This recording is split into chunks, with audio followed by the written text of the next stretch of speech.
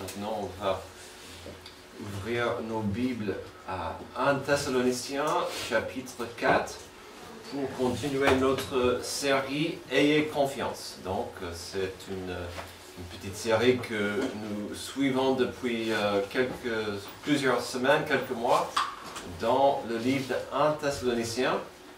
Ayez confiance. Pourquoi ayez confiance? Alors, c'est simple, l'Église est née un peu dans le chaos. Paul l'a commencé, et puis lui et son équipe devaient fuir, devaient partir en hâte et laisser ce groupe pour se débrouiller un peu tout seul, et après il devait les aider de loin. Et donc ça l'aide, cet essai d'aider ces jeunes chrétiens à grandir et de faire face aux obstacles, aux problèmes, et on verra très bientôt que cette église avait des questions sur le futur. Alors je ne sais pas pour vous, mais c'est correct, c'est normal d'avoir des questions. J'espère pas des grands soucis, mais des questions sur ce qui va venir arriver. Surtout cette saison de fin d'année, on a la tendance de regarder en arrière et puis de regarder vers le futur avec des questions. Et donc, ayez confiance. Alors, nous allons commencer aujourd'hui notre regard sur le passage du jour. Donc, moi, je prêche de la version de Louis II 21. Et donc, on va verset par verset. Et donc, aujourd'hui, c'est au verset 9 à 12 dans le chapitre 4. Alors, j'ai mis une petite astérix là parce que vous allez voir. Mais on va quand même regarder un petit passage aujourd'hui que nous avons vu il y a 3 semaines. Donc, c'est pourquoi j'ai mis la petite astérix. C'est parce que, oui, on sera dans ces petits versets, mais quand même. On va regarder un peu en arrière. Donc, on va regarder notre passage du jour avec la notion de la crédibilité. La notion d'entendre un message et de dire est-ce qu'il y a un suivi ou est-ce que c'est que des paroles en air. Pour y parvenir, nous allons regarder 2 petites vidéos liées au grand homme Nelson Mandela. Alors, si vous ne savez pas de qui il s'agit, donc je parle plutôt aux gens plus jeunes, j'espère, je vous encourage plus tard de faire un peu de recherche sur Monsieur Mandela. Il n'était pas parfait, il avait certaines failles, mais il a laissé son empreinte positive et bénéfique sur l'Afrique, surtout l'Afrique du Sud. On va commencer avec une de ces classiques vidéos que vous connaissez, que j'aime bien utiliser, un jour une question, pour brièvement voir si quelqu'un pourrait éteindre les lumières pour voir qui était Nelson Mandela. Ah, l'autre, s'il te plaît. À quoi ça sert? Ça veut dire quoi ça? Pourquoi c'est comme ça? C'est où? C'est qui lui? Un jour, une question. C'est qui Nelson Mandela? Nelson Mandela est né en 1918 dans le village de Mvezo, en Afrique du Sud. À cette époque, les Noirs, pourtant les plus nombreux, sont mis à l'écart de la société. Les Blancs veulent développer le pays pour eux seuls. Nelson Mandela, l'enfant noir, va mettre fin au régime de séparation des Noirs et des Blancs. Il reçoit le prix Nobel de la paix en 1993 et meurt en 2013. Mais comment a-t-il fait pour permettre aux Noirs d'Afrique du Sud d'avoir le même statut que les Blancs? Mandela devient le premier dans sa famille à aller à l'école. Il reçoit une éducation à la fois africaine et européenne. Il ira ensuite dans la seule université qui accepte les Noirs. Il découvre l'ANC, un mouvement politique qui défend les mêmes idées que lui. Il en devient l'un des responsables. Ce mouvement non violent n'accepte pas l'apartheid, cette politique qui divise socialement et géographiquement les Noirs et les Blancs. En 1960, un massacre a lieu lors d'une manifestation. Il y a 69 morts. Les policiers ont tiré dans la foule. Mandela et l'ANC décident alors de pratiquer des actions violentes, des sabotages contre les lieux qui sont des symboles de l'apartheid. En 1962, Mandela est arrêté. Il restera 27 ans en prison, condamné aux travaux forcés. Il devient un modèle pour les autres détenus et pour les personnes qui dénoncent l'apartheid. Le monde entier est indigné et fait pression sur l'Afrique du Sud. En 1990, il est libéré. En 1991, le système raciste de l'apartheid est aboli. Et en 1994, Nelson Mandela est élu président de la République. Tu te poses des questions? Nous, on y répond. Alors, après sa mort en 2013, vous pouvez imaginer la complexité d'organiser les funérailles d'un tel homme. Comment rendre hommage correctement, soigneusement, respectablement à un géant comme Mandela? Ça ne pouvait pas être simple d'organiser une telle chose. Je ne sais pas comment organiser une telle chose, mais je peux vous dire comment ne pas le faire.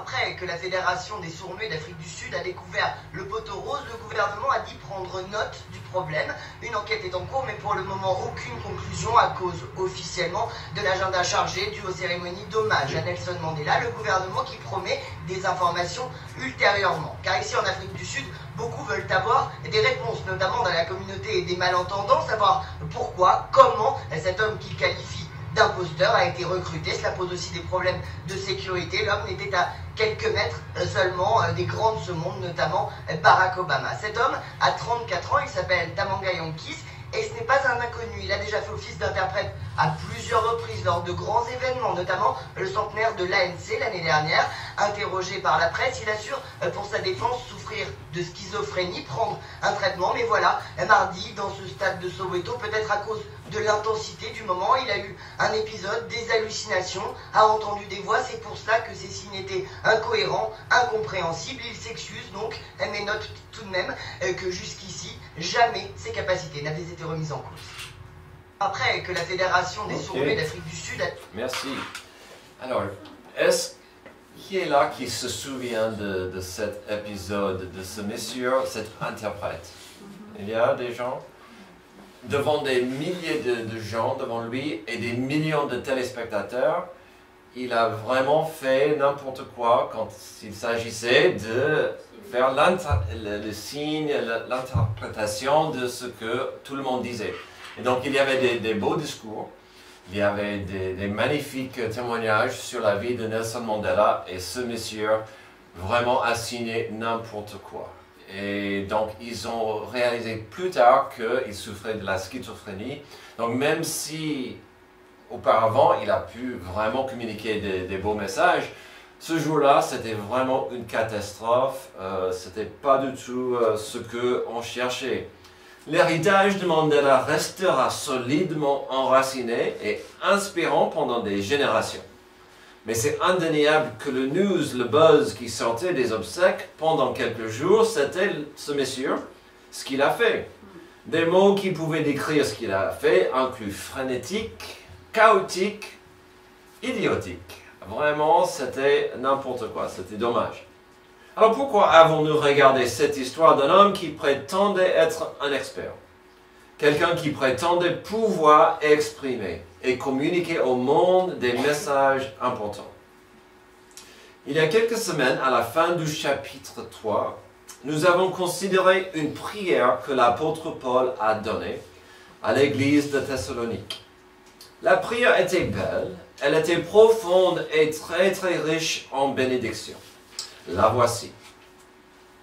Que Dieu lui-même, notre Père et notre Seigneur Jésus-Christ dirige notre parcours jusqu'à chez vous. Que le Seigneur fasse grandir et déborder l'amour que vous avez les uns pour les autres et pour tous les hommes, à l'exemple de celui que nous avons pour vous. Qu'il affermisse ainsi votre cœur pour qu'il soit irréprochable dans la sainteté devant Dieu notre Père, lors du retour de notre Seigneur Jésus, avec tous ses saints. Alors, comme j'ai dit, elle est magnifique. Elle a, au verset 11, le désir et comme j'ai dit tout à l'heure, Paul voulait revenir, il voulait rentrer les voir, donc il y a ce souhait de rentrer chez eux. Il y avait bien sûr cette notion de voir l'amour qu'ils avaient, que l'amour grandisse, surtout parmi eux, pour la gloire de Dieu. Et puis il y avait vers la fin cette notion, verset 13, que leur témoignage vraiment soit solide et brillant, qu'il touche et soit une bénédiction pour autrui, même ceux qui n'étaient pas dans leur communauté. Donc, il y avait cette belle prière très très magnifique. Alors, c'est une chose d'annoncer à quelqu'un une bénédiction. Vous allez le faire dans quelques jours avec le réveillon, le 31. Bonne fin d'année, bonne année, bonne santé, toutes ces choses. C'est une chose de prononcer des mots généreux et doux. Mais ces gens à qui il s'adressait étaient dans la souffrance. Ils commençaient d'avoir des grands doutes et des épreuves. Aujourd'hui, ça serait compréhensible si certains diraient « Mais que vaut une proclamation de bénédiction s'il n'y a rien autour ?» Un mot charmant, c'est sympa, mais que peut-on faire avec ça? Et puis la Bible dit, ça ne vaut pas grand-chose de dire à quelqu'un qui a faim ou qui est quasiment nu dans le froid de l'hiver de dire « Que Dieu te bénisse, mon enfant ». Et puis de tourner le dos et de continuer son chemin. Alors, c'est une belle prière, mais est-ce qu'il y avait quelque chose derrière? Le plus que j'étudie le chapitre 4, là où nous sommes, le plus que je suis convaincu que la première moitié du chapitre 4, c'est en fait un développement de la prière de Paul. Alors, c'est une théorie, je ne peux pas le prouver, je n'ai pas vu ça dans les commentaires. Et donc, je suis honnête avec vous, quand j'ai une théorie, c'est mon avis, je vous le dis, hein, c'est mon avis à moi, mais je pense que la première moitié du chapitre 4, en fait, c'est le développement de la prière. Il a annoncé la prière, et puis, il a quand même donné les détails pour qu'ils y arrivent. Et c'est là où nous en sommes. C'est pourquoi on a vu la prière, puisqu'on est là, dans le chapitre 4, en train de voir Paul expliquer comment parvenir à cette prière. Si vous n'étiez pas là, dimanche dernier, nous avons vu dans les 2 premiers versets du chapitre 4 un appel à choisir le chemin de Dieu quotidiennement. Donc vraiment, restez sur la voie que Dieu a pour vous. Dans les versets 3 à 5, Paul a parlé de l'importance de la sanctification, surtout vis-à-vis de l'immoralité sexuelle. Alors, la sanctification, si vous ne connaissez pas ce terme, c'est le processus de devenir plus comme Jésus-Christ. Donc, c'est pas en théorie radicale, même si ce n'est pas toujours facile, mais la sanctification, c'est un beau chemin, un processus de devenir plus comme Christ. Et donc, au verset 3 à 5, Paul a dit, continuez de grandir dans la sanctification, de devenir plus comme Jésus. Il a dit, faites tout cela dans la consécration et la dignité. Et puis on a terminé au verset 6 à 8, toujours sous l'importance de la sanctification. Dans ces versets, Paul a pivoté légèrement pour parler de notre comportement, notre témoignage vis-à-vis d'autrui. Je ne sais pas pour vous, mais ça va de soi, ça suit bien la prière. Marchez selon la volonté de Dieu, développez votre amour et continuez de briller et d'être dans la sanctification et de briller pour les gens autour. Si j'ai raison, et la première moitié du chapitre 4, c'est le développement de la prière que nous avons vu, ça veut dire qu'aujourd'hui, on sait déjà un peu de quoi Paul va dire.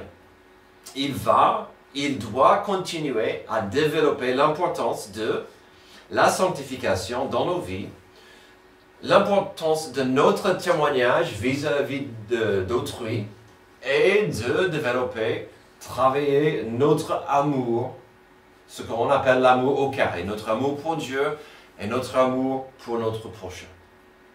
Paul n'a pas juste annoncé une belle prière, une bénédiction pour eux, et j'ajouterais même pour nous d'ailleurs. Heureusement, il a développé, et la leçon qu'il a donnée tout de suite après continue de nous éclaircir sur la volonté de Dieu pour nous. C'était une prière, un souhait, un grand désir pour Paul de bénir l'Église à Thessalonique avec la volonté et la bénédiction de Dieu. Alors, qu'est-ce que ça implique? Avec le nouvel an qui s'approche et des souhaits, des vœux devant nous, qu'est-ce que Dieu voudrait voir dans vos vies? Une bonne santé? Beaucoup d'argent? Est-ce que ça, c'est ce que Dieu veut voir dans ma vie? Voyons ensemble ce que Dieu aimerait même bénir dans nos vies. Qu'est-ce que Dieu aimerait bénir dans vos vies? D'abord, une vie motivée par l'amour. Verset 9. Vous n'avez pas besoin qu'on vous écrive au sujet de l'amour fraternel, car vous avez vous-même appris de Dieu à vous aimer les uns les autres. Et c'est aussi que vous faites envers tous les frères et sœurs dans la Macédoine entière. Mais nous vous encourageons, frères et sœurs, à progresser encore. Quand on commence le verset 9, vous n'avez pas besoin qu'on vous écrive. Mais on peut entendre, il y aura un mais plus tard. Mais, continuez. Alors, je n'ai pas honte de dire que dans cette église, nous parlons énormément de ce qu'on appelle l'amour au carré. L'amour au carré. Alors, c'est quoi l'amour au carré? C'est l'amour qu'on est censé avoir dans deux directions. L'amour pour Dieu, et donc on verra le passage, l'amour qu'on est censé avoir pour Dieu qui monte vers lui. Et puis l'amour donc vertical et l'amour horizontal, l'amour qu'on vient de voir, Paul il a décrit, l'amour que vous avez les uns pour les autres, que ça soit juste à côté ou un peu plus loin, c'est l'amour pour les êtres humains. Pas toujours facile. En principe, on pourrait dire oui, Dieu mérite mon amour, un peu plus facile à exprimer, mais je dois aimer les gens. Les êtres humains, ça c'est plus compliqué. Mais, ça c'est l'amour au carré et c'est très important à avoir. Ce n'est pas une valeur fondamentale de cette église car c'est beau à dire et poétique à y penser. C'est une valeur fondamentale de cette église car Jésus-Christ lui-même a dit que l'amour au carré, c'est le commandement le plus important dans toute la parole. Matthieu 22, 36 à 40, il a reçu une question. Maître, quel est le plus grand commandement de la loi? Sachez qu'il y avait 613 lois. Donc c'était censé piéger Jésus avec cette question. Jésus a dit, c'est simple. Jésus lui répondit, tu aimeras le Seigneur ton Dieu de tout ton cœur, de toute ton âme et de toute ta pensée. C'est le premier commandement et le plus grand. Et voici le deuxième qui lui est semblable. Tu aimeras ton prochain comme toi-même. De ces deux commandements dépendent toute la loi et les prophètes. Amen.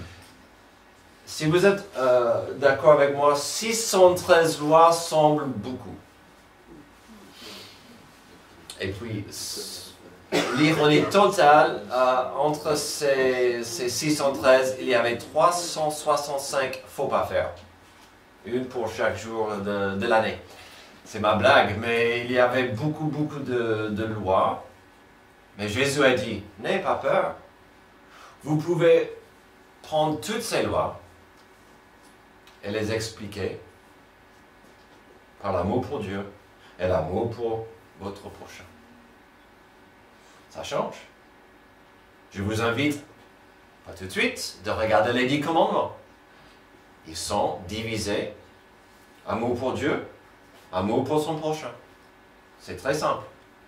Et qui est contre ça? Un amour profond pour Dieu et un amour pratique pour mon prochain. Ici, dans notre passage du jour, Paul parle de ce deuxième amour. Que dit-il? En peu de mots, il dit plusieurs choses. D'abord, au verset 9, il dit que cet amour est si important à Dieu pour nous que Dieu va et Dieu veut nous l'enseigner. J'espère que vous avez vu ça. Il dit, vous avez vous-même appris de Dieu à vous aimer les uns les autres. Ça veut dire que Dieu, une des choses que Dieu veut faire, Dieu s'intéresse à nous enseigner comment aimer les uns les autres. Comment être en paix. Si Noël, si un des messages de Noël, c'est la paix, c'est normal.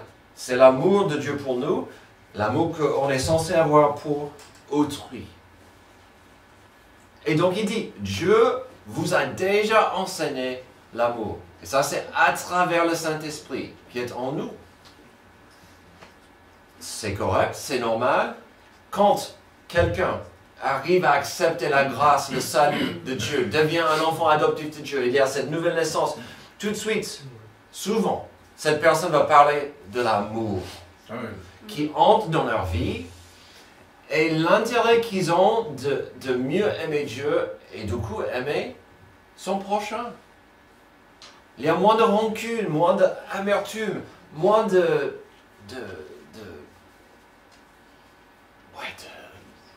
des choses, des valeurs qui étaient amères et difficiles avant. C'est l'amour.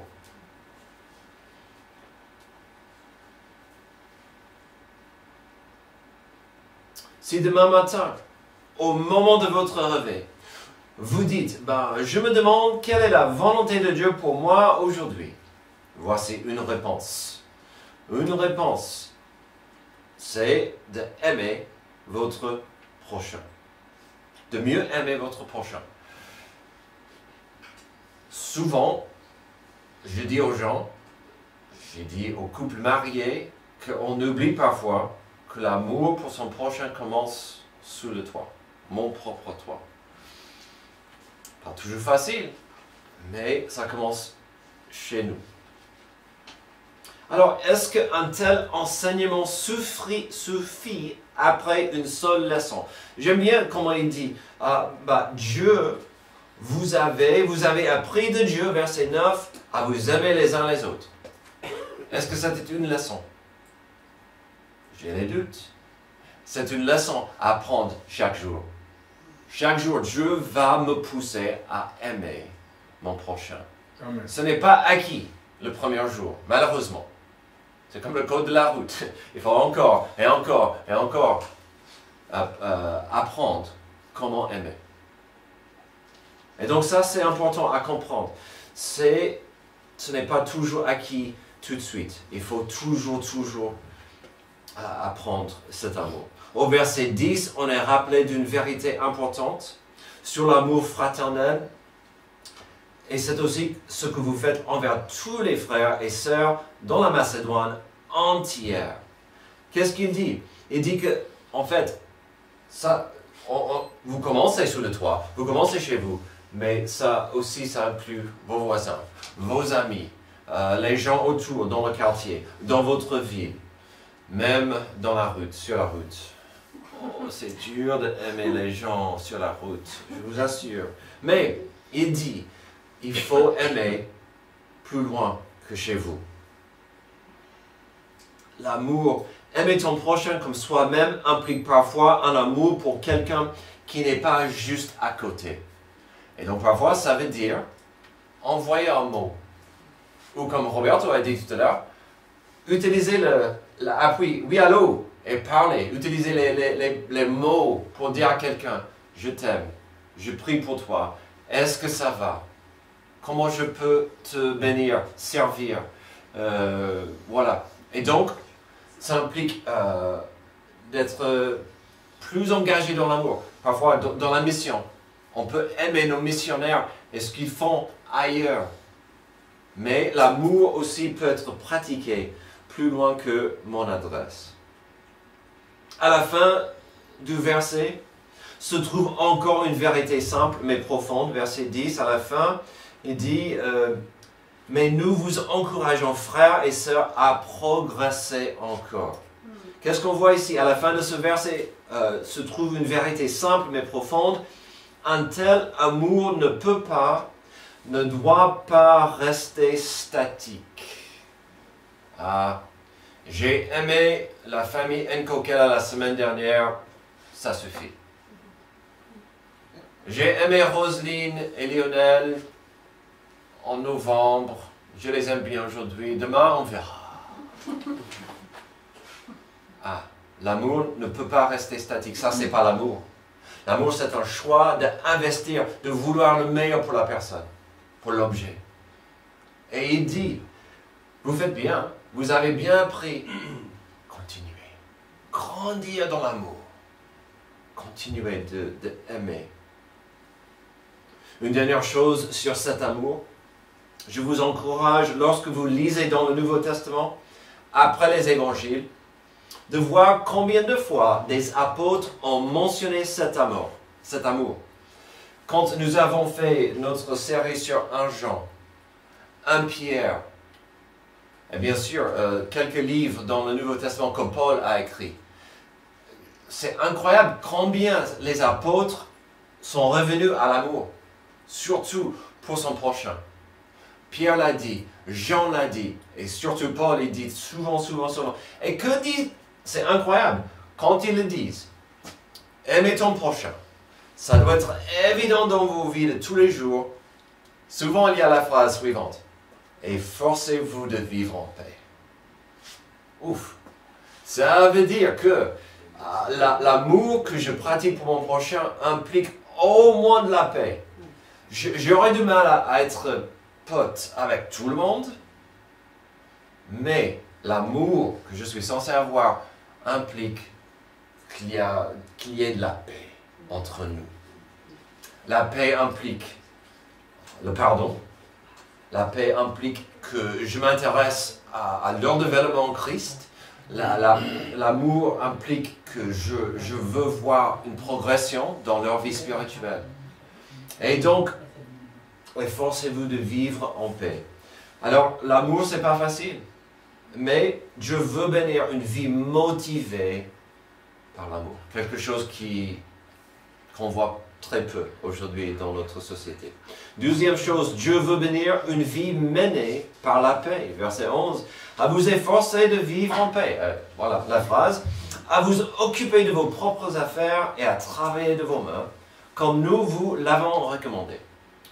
Dans l'église à Thessalonique, il commençait d'y avoir des gens qui baissaient les bras. Il y avait certains qui, si vous voulez, se sont arrêtés de payer leurs factures, des impôts, de régler correctement leur vie. Donc, payez vos impôts, vos factures, s'il vous plaît.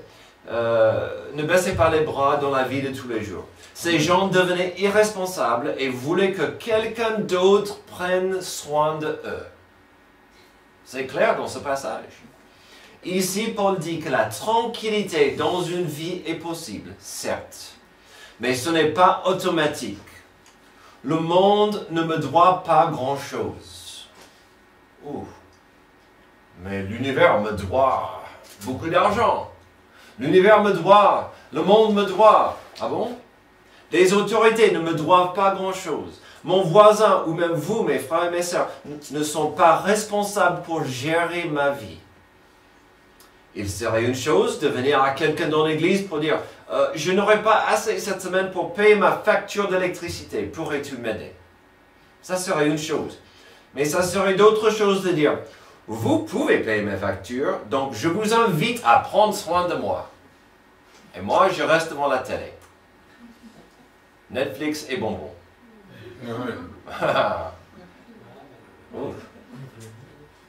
C'est pourquoi, après sa phrase sur l'importance de vivre en paix, Paul a dit deux choses très importantes. Occupez de vos affaires et travaillez pour y parvenir. Amen. Marie m'a demandé l'autre jour, c'est quoi le rêve américain?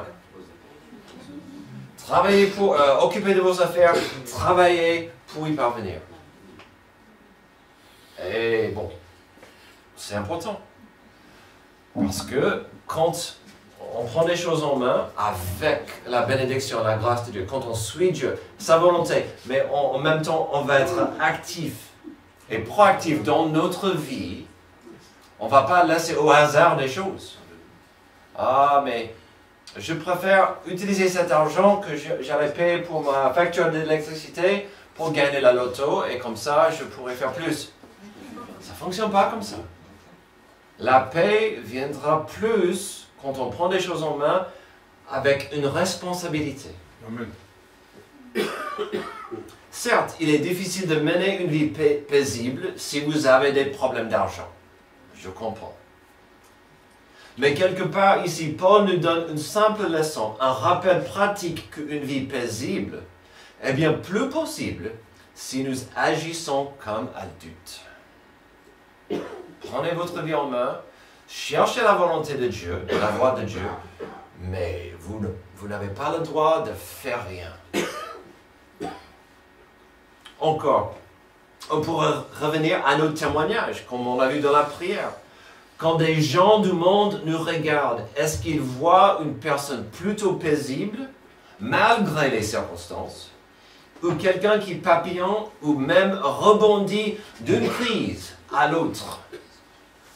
Parfois, la vie fait de nous le petit bal de flipper. Mais quand même, est-ce que les gens voient une vie menée par la paix de Dieu? Dieu veut bénir une vie motivée par l'amour, menée par la paix. Finalement, Dieu veut voir une vie qui manifeste de la dignité. Verset 12. Ainsi, votre conduite sera honorable aux yeux des gens de l'extérieur et vous ne serez dépendant de personne. Nous allons continuer de voir certaines de ces valeurs, ces idées, ces notions que nous venons d'entamer au verset 11. Les deux versets ne sont pas indépendants quand même. Au verset 11, Paul est en train de dire comment ils doivent organiser et prendre soin de leur propre vie. Il dit, prenez soin de votre vie. Le verset 12, si vous voulez, sera le fruit ou le résultat lorsque le 11 est mis en pratique. Si vous prenez soin de votre vie, ça deviendra plus évident au monde.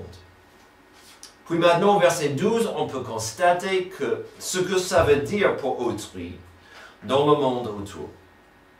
Comme j'ai dit tout à l'heure, si ce passage, c'est une continuation ou même une explication de sa prière pour ces gens, forcément, on verra des étapes pratiques, des actions logiques, des actions, des étapes qui aident à développer son témoignage, sa sanctification et son amour pour autrui.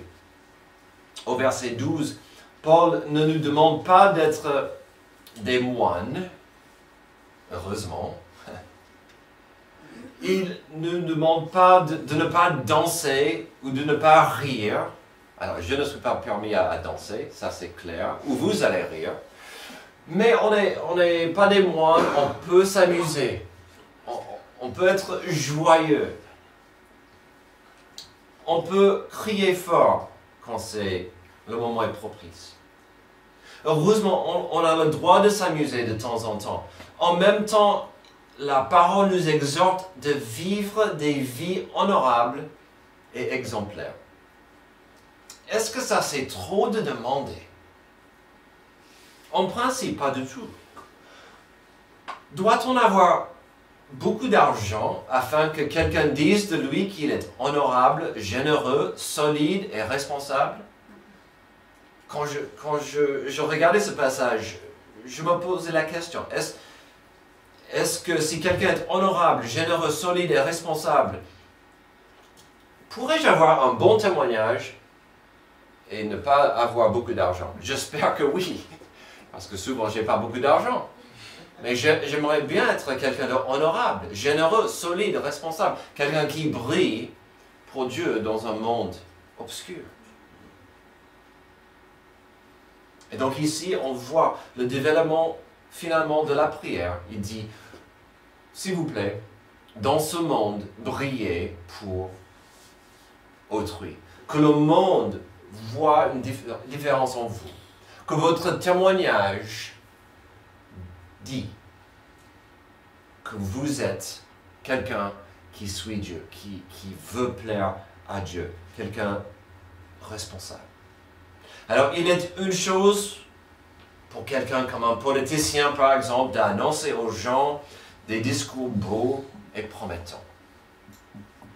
Il est une chose pour quelqu'un comme un enseignant au début de l'année scolaire de faire des promesses de rêve à une classe. En même temps, c'est plutôt la suivi qui compte dans ces cas. Est-ce qu'il y aura un suivi? Est-ce que vous préfériez un politicien qui vous promet la lune Ou est-ce que vous seriez content avec un pilote d'avion qui vous promet de vous amener à votre destination sans trop d'aventure? Ici, dans la première moitié du chapitre 4, nous avons l'apôtre Paul qui agit comme un bon père. Un père qui a fait un beau discours, puis après, qu'a-t-il fait? Il est entré dans l'atelier, a retroussé ses manches, leur a montré comment accomplir la tâche qu'il leur avait confiée. Le but étant de voir ces gens continuer à grandir et de développer certaines valeurs. Car ces gens devaient grandir et continuer d'avancer dans la foi. Paul voulait que ces gens soient contagieux. Oh, c'est quasiment un gros mot d'être contagieux. Et Paul voulait que ces gens soient contagieux, que dans leur vie de tous les jours, le monde pouvait voir qu'ils brillaient de la sanctification, qu'ils menaient des vies reflétant la paix de Dieu, que l'amour soit la valeur qui rayonnait dans leur vie. Enfin bref, ce que Paul a prié pour eux et puis expliqué pour eux, c'était qu'ils voulaient voir la paix et l'amour. La paix et l'amour. Quelle belle liste de choses à vouloir voir dans la vie des gens. Paul voulait pour eux ce que Dieu voulait pour eux. La paix et l'amour. Est-ce que Dieu veut bénir votre vie? Absolument. Commençons avec la paix et l'amour. Prions. Dieu merci pour ce passage qui nous rappelle, avec quelques étapes pratiques, l'importance de vivre pas juste pour nous-mêmes, pour soi-même dans ce monde, mais de vivre une vie qui reflète ta grâce. Une vie qui reflète ta beauté. Une vie qui reflète ta paix et ton amour. Aide-nous à le faire. Aide-nous à penser à toi chaque jour et à te donner nos vies chaque jour pour ta gloire. C'est dans le nom de Jésus que je prie. Amen. Je vous invite à vous lever et chanter notre dernier chant de